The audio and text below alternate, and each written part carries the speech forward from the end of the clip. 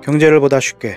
안녕하시냐는 인사를 드릴 수 없는 상황입니다, 여러분. KRB 경제연구소의 붕입니다.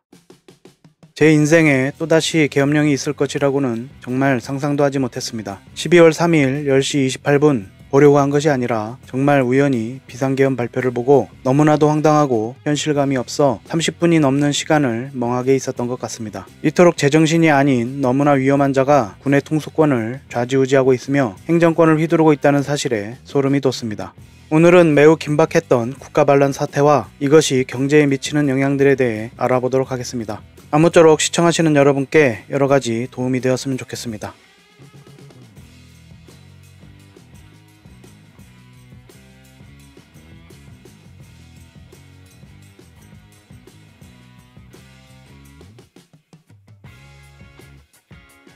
제가 이 방송을 하면서 대한민국 헌법을 이야기하게 될 줄은 몰랐습니다만 이런 비현실적인 일이 일어나는 것이 현실이니 어쩌겠습니까? 헌법 제77조를 살펴보겠습니다.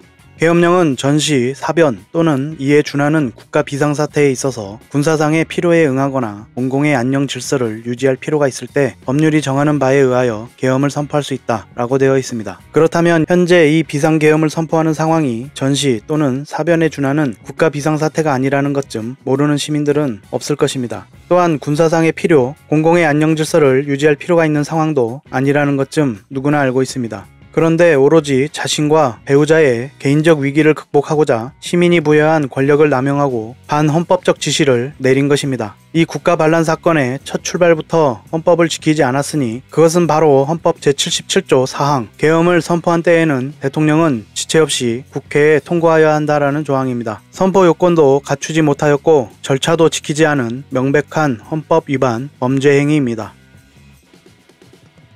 제 방송을 시청하시면서 경제방송에서 왜 정치 이야기를 하느냐 하시는 분은 안 계실 테지만 처음 보시는 분들이 계실 수도 있으니 말씀드립니다. 정치와 경제는 동전의 앞뒤와 같습니다. 앞만 있는 동전이나 뒷면만 있는 동전을 우리가 사용할 수는 없는 것이죠. 정치를 빼고 경제를 논할 수 없고 경제를 빼고 정치를 논할 수 없는 것입니다. 영상을 보지도 않고 댓글을 다시는 분들이 계시는데 최소한 영상은 보시고 댓글을 다셨으면 좋겠습니다. 오늘 영상의 이야기가 오로지 정치 이야기가 아닐 뿐만 아니라 정치가 없이는 경제도 없다는 것을 아셔야 합니다.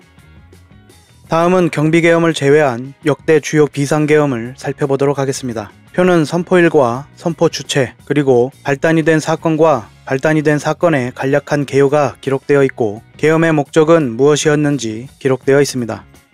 이승만 정권 당시 5번의 비상계엄이 선포되었고 박정희 정권 당시 4번의 비상계엄이 있었습니다. 우리 역사에 2번만이 비상계엄을 선포할 상황이었는데 하나는 6.25 전쟁이고 또 하나는 박정희가 암살된 11.6 사건입니다. 그 외의 모든 비상계엄은 정권을 유지하기 위한 오로지 권력에 대한 욕심에서 발생한 비상계엄이었습니다. 매우 슬프고 부끄러운 일이며 오욕의 역사입니다. 더 부끄러운 것은 2번의 정권 찬탈을 위한 군사반란이 일어났으며 한 번은 비상계엄이 선포되었고 다른 한 번은 계엄이 확대된 것이라는 것입니다. 이런 오욕의 역사가 있으니 시민의 기억 속에 비상계엄이라는 것이 어떤 기억으로 남아있을지는 설명이 필요 없는 것입니다. 45년이라는 시간이 지났고 그 사이에 태어난 세대는 한 번도 반헌법적이고 반민주적인 이런 상황을 경험해보지 못했기에 실감이 나지 않을 수도 있는 상황입니다. 오로지 본인과 배우자, 그 일당들의 비리를 덮고자 본인과 국가를 동일시하면서 자신의 잘못됨에 반대하는 자들을 반국가 세력으로 몰아 처단하겠다는 일념 아래 비상계엄을 선포한 행위는 용서받을 수 없는 친위 구테타이며 국가 반란 행위입니다. 반란군은 헬기로 그리고 차량으로 빠르게 국회로 진입했으며 국회를 경비하는 경찰들은 국회의원은 막으면서 반란군은 통과시켰습니다. 반란군은 국회 진입을 시도하고 국회의장, 야당 대표, 여당 대표를 모두 체포하기 위해 움직였으며 국회 유리창을 깨고 침입을 시도했습니다. 이 국가 반란 사태를 막은 1등 공신은 누가 뭐라고 해도 깨어있는 시민들이었습니다. 많은 시민이 국회를 지키기 위해 오셨고 국회의원들은 빠르게 국회로 직결했으며 보좌진들은 바리케이트를 쌓고 소화기를 뿌리며 반란군을 막았습니다. 국회로 진입하려는 장갑차, 반란군의 차량을 시민들은 온몸으로 막았습니다. 이 사태를 단지 한밤중에 일어난 해프닝 정도로 인식하는 사람들이 있는 것 같습니다. 미얀마에서 일어난 군사반란도 처음에는 이와 비슷했습니다. 그러나 상황은 언제든지 반전할 수 있고 언제든지 발포가 우발적이든 지시에 의한 것이든 일어날 수 있는 일촉즉발의 상황이었습니다. 시민 여러분의 머리에 총을 겨누었던 것이고 이번 비상계엄은 총알이 빗나갔을 뿐인 그런 상황인 것입니다. 국회가 비상계엄을 해제했다고 안심하고 있을지 모르지만 이 정신이 나간 자들은 언제든 2차, 3차의 비상계엄을 할 수 있는 자들입니다. 절대로 방심해서는 안 되는 상황입니다. 이번 비상계엄에서 반란군이 장악하기 위해 투입된 장소는 크게 4곳이었습니다. 첫 번째로 국회, 윤석열 정권이 맘대로 할 수 없는 단 한 곳이 바로 국회였습니다. 그러니 그 국회를 반국가 세력이라고 몰아가면서 장악하려고 시도하였고 비상계엄을 해제하지 못하도록 반란군을 투입한 것입니다. 국민의힘 원내대표 추경호는 표결을 방해하고 시간을 끌기 위해 국민의힘 국회의원들을 당사로 모으고 국회에 출석할 것이라고 홍보하였습니다. 이는 명백한 표결 방해 행위이며 내란 동조 행위입니다. 헌법기관인 국회에 군을 투입하는 행위는 반란죄에 해당합니다. 이보다 앞서 반란군은 중앙선거관리위원회를 장악하였고 당직자들의 휴대폰을 압수하였습니다. 선관위 서버를 입수하기 위한 목적을 부정선거를 수사하기 위해서라고 했지만 명백한 거짓말입니다. 또 많이 알려지지 않았지만 12월 4일 새벽 0시 20분 군사경찰이 양구군청 CCTV 관제센터와 군경 합동 상황실을 점거하였습니다. 무엇을 위한 점거인지 알 수 없고 미루어 짐작만 할 뿐입니다. 이와 함께 여론조사 꼭과 뉴스공장이 있는 겸손 방송국에도 반란군이 투입되었습니다. 이런 일련의 사건을 통해 이들의 목적이 무엇인지 미루어 추정할 수 있습니다. 현재 국회를 구성하는 여야를 막론한 국회의원들은 모두 불법 부정선거로 당선된 인원들로 규정하고 국회를 해산하며 입법기관을 입맛에 맞게 다시 구성하겠다는 의지가 느껴집니다. 최종 목적은 결국 정권의 유지에 있고 그것을 장기적으로 독재의 길로 나가는 것은 선택이 아닌 필수가 될 것입니다. 이는 개인적인 추측에 의한 발언임을 확실히 합니다.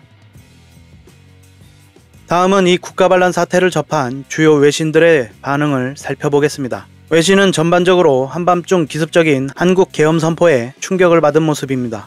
BBC는 미국에서 발생한 의회 폭동만큼이나 한국 평판이 손상되었다고 보도했습니다. CNN은 최악의 정치적 오류이며 무엇을 얻으려고 한 선택인지 의문이라고 보도했습니다.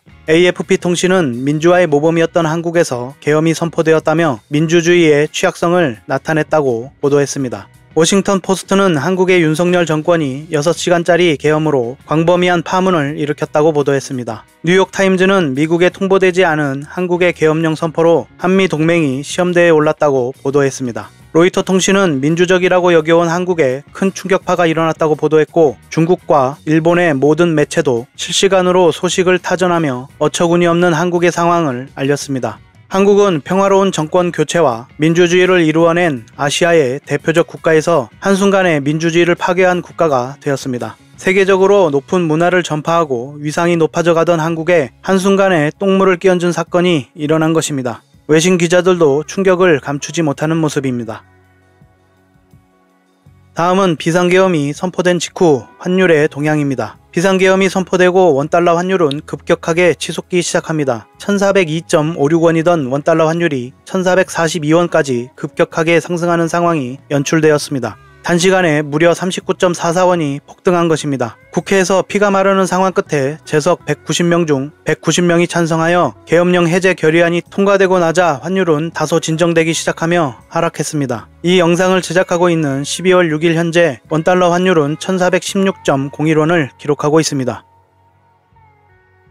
다음은 비상계엄이 선포되고 계엄령 해제 결의안이 의결될 때까지 실시간 환율 변화 상황을 기록한 것입니다. 22시 30분 비상계엄을 선포하고 23시 00분 국회 출입문이 폐쇄되자 원달러 환율은 1403.6원에서 1421원이 되었고 계엄사령부가 포고령 1호를 발표하자 1425.2원에서 1442원으로 급등하며 정점을 찍습니다. 국회에서 반란군을 시민들이 저지하는 동안 환율은 1426원으로 하락하고 국회에서 계엄령 해제 결의안이 가결되자 1410원으로 진정됩니다. 이처럼 뜬금없는 비상계엄은 민주주의와 정치뿐만 아니라 경제에도 치명적인 후유증을 남기게 됩니다.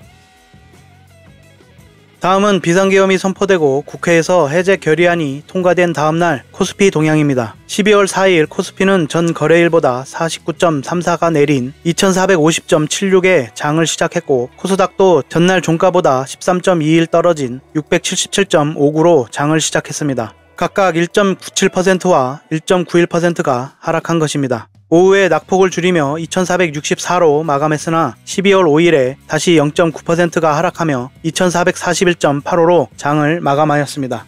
한국 주식시장의 문제점과 별도로 비상계엄의 여파로 외국인은 코스피 현물시장에서 4082억 원, 코스피 200 선물시장에서는 3783억 원 등 총 7800억가량을 순매도합니다.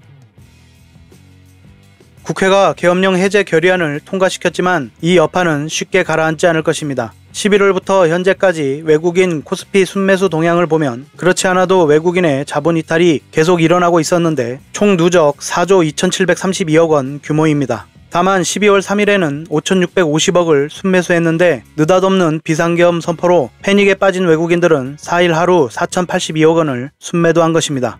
이는 명백한 인적 리스크입니다. 보지 않아도 될 손해를 자초한 것입니다. 당국이 아무리 애를 써도 환율과 더불어 증시 불안은 한동안 지속될 것입니다. 투자자 불안이 급증하고 불확실성이 사라질 때까지 여파는 쉽게 가라앉지 않을 것입니다.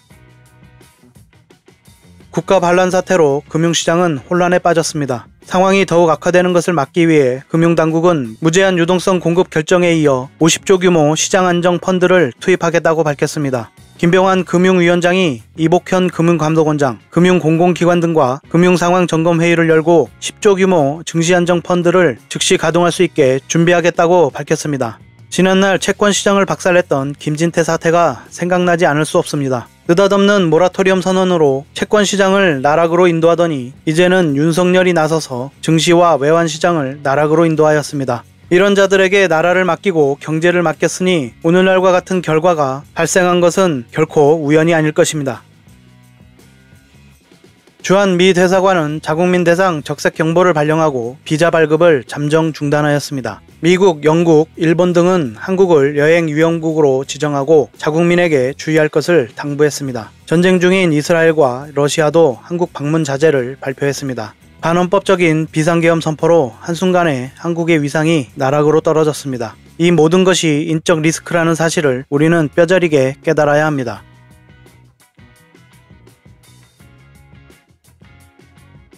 국가 반란을 꾀하고 하는 변명이 야당의 경고성으로 계엄을 실행했다고 합니다. 이것은 다름 아닌 내란에 대한 자백입니다. 머릿속에 삼권 분립에 대한 개념조차 들어가 있지 않은 것이죠. 반란군의 목표로 그들의 의도는 만천하에 드러났습니다. 이것은 개인적인 추론이지만 국가 반란의 진정한 목적은 부정선거 프레임으로 국회를 해산시키는 것에 있었다고 봅니다. 정권을 장악하고 전두환 반란 수괴처럼 체육관 대통령이 되어 정권을 유지하려는 수작이었을 것입니다.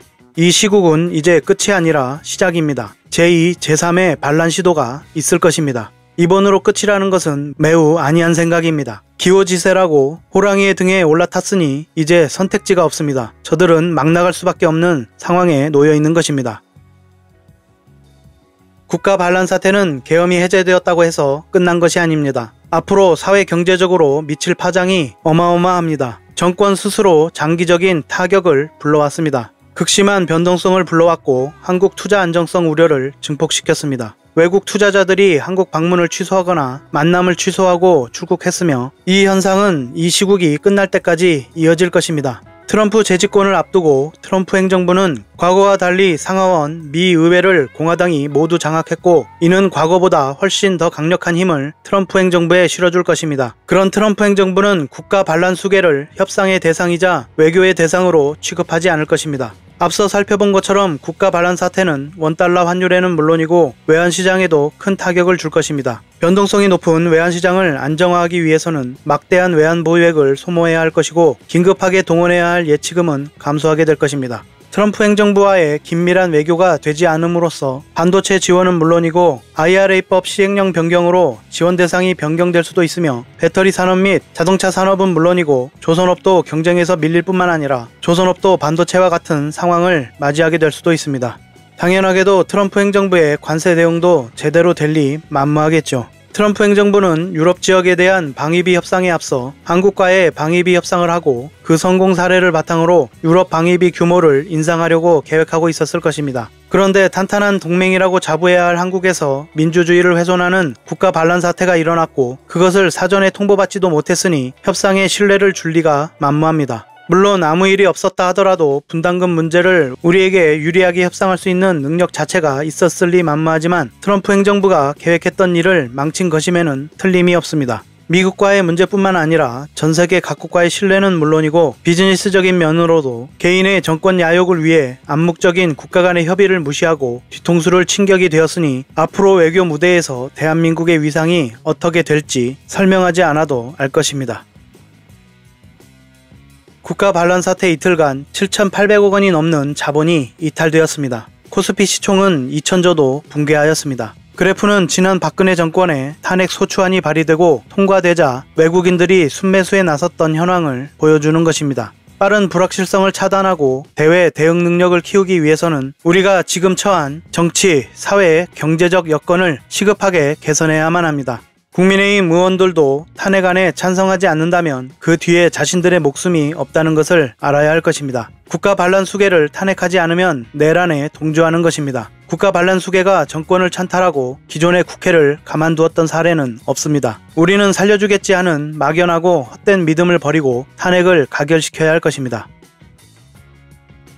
미국은 탄핵 절차가 한국 헌법에 따라 다뤄질 걸로 예상하며 법치를 지지한다는 성명을 냈습니다. 미국의 메시지가 매우 직접적이고 강력합니다. 전 세계가 한국에 주목하고 있음을 알고 이 시국을 빨리 타파하기 위해 노력해야 할 것입니다. 2024년 12월 3일 밤 10시 30분 기습적으로 절차와 요건을 갖추지 않았고 선포할 상황이 아닌데도 느닷없이 계엄령이 선포되었습니다. 반헌법적 지시와 그 지시에 따른 모든 자는 내란죄입니다. 그 상황에 무장한 군인을 헌법기관인 국회에 투입한 것은 국가반란죄에 해당합니다. 국가반란 수괴를 감싸고 국가반란 수괴에게 동조하는 것은 내란 동조입니다. 국가 반란 사태는 민주주의는 물론이고 국가의 위상뿐만 아니라 정치, 사회, 경제 전반에 걸쳐 회복 불가능한 손해를 끼쳤습니다. 대한민국의 미래를 위해 또 운명을 위해 반헌법적인 국가 반란을 계획하고 실행한 반란 수괴와 국가 반란 세력을 시급히 체포하여 처벌해야 할 것입니다.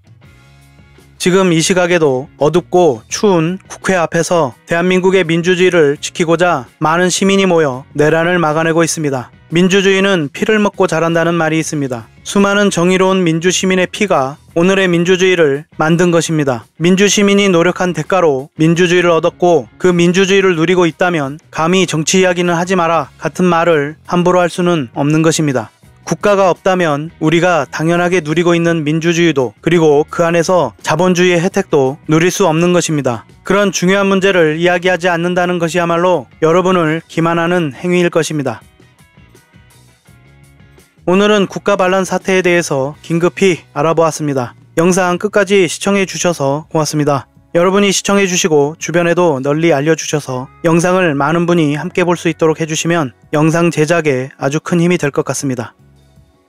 여기까지 KRB 경제연구소의 붕이었습니다. 고맙습니다.